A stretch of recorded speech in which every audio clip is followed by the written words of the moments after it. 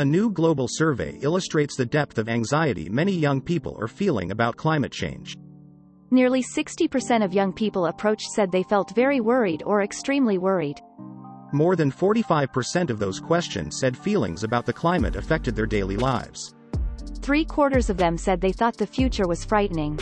Over half say they think humanity is doomed.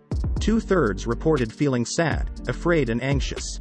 Many felt fear, anger, despair, grief and shame, as well as hope. One 16-year-old said, "It's different for young people. For us, the destruction of the planet is personal." The survey across 10 countries was led by Bath University in collaboration with 5 universities. It's funded by the campaign and research group of Oz.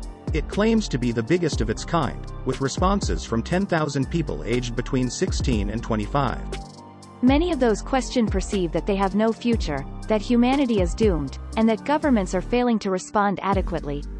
Many feel betrayed, ignored and abandoned by politicians and adults. The authors say the young are confused by government's failure to act.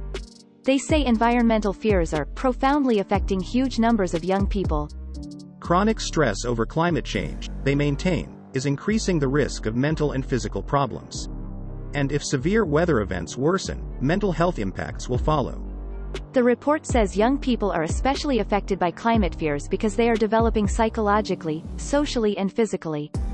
The lead author, Caroline Hickman from Bath University, told BBC News, "This shows eco-anxiety is not just for environmental destruction alone, but inextricably linked to government inaction on climate change.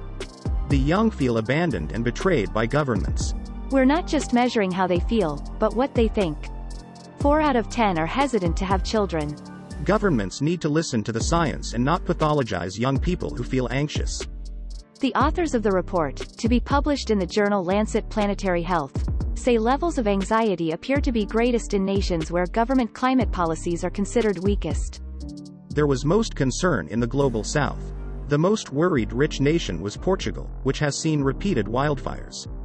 Tom Burke from the think tank E3G told BBC News, "It's rational for young people to be anxious.